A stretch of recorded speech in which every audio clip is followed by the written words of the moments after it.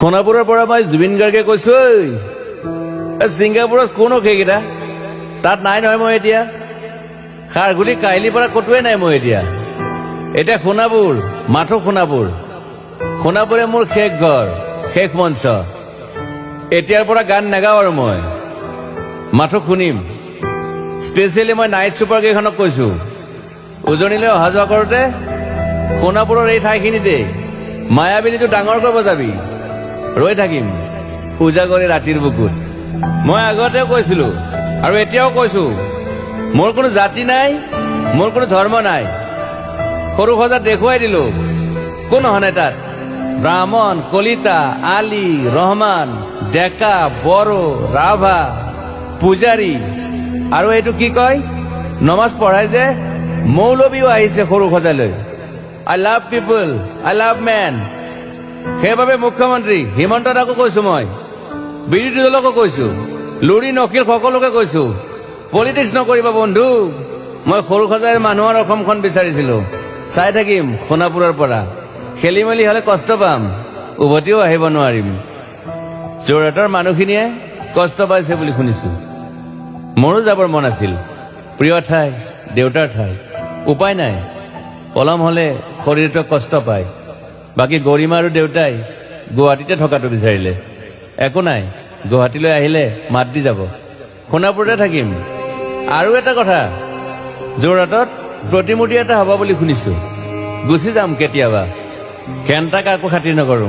মায়াবিনী ৰাতি ধুমুহাৰ সতে। মাজুলীবাসীয়ে দুখ নকৰিব দেই, মনত পৰিলে গাই দিব মাজুলীৰ এজনী ছোৱালী। নিমাতী ঘাটলৈ যাব নোৱাৰিম আৰু।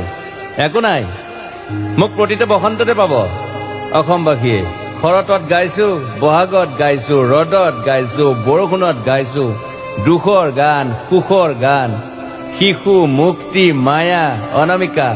মাথো নতুন গান গাব নোৱাৰিম, বন্ধ হৈ থাকিল চেলা সকলো। এতিয়াৰ পৰা আৰু শুনিম শেষ মঞ্চখনৰ পৰা।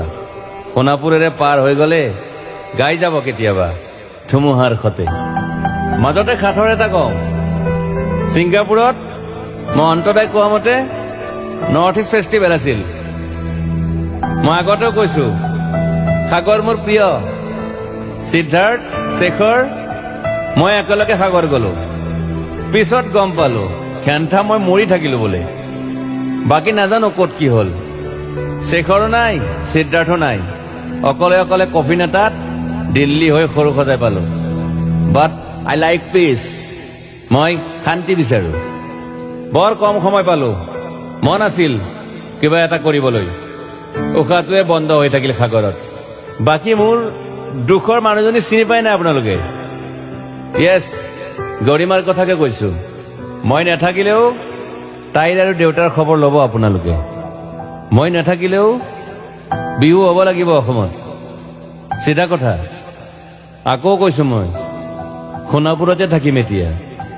মোৰ সমাধিৰ ওচৰৰে গলে গাই যাব সকলোৱে মায়াবিনী ৰাতিৰ বুকুত।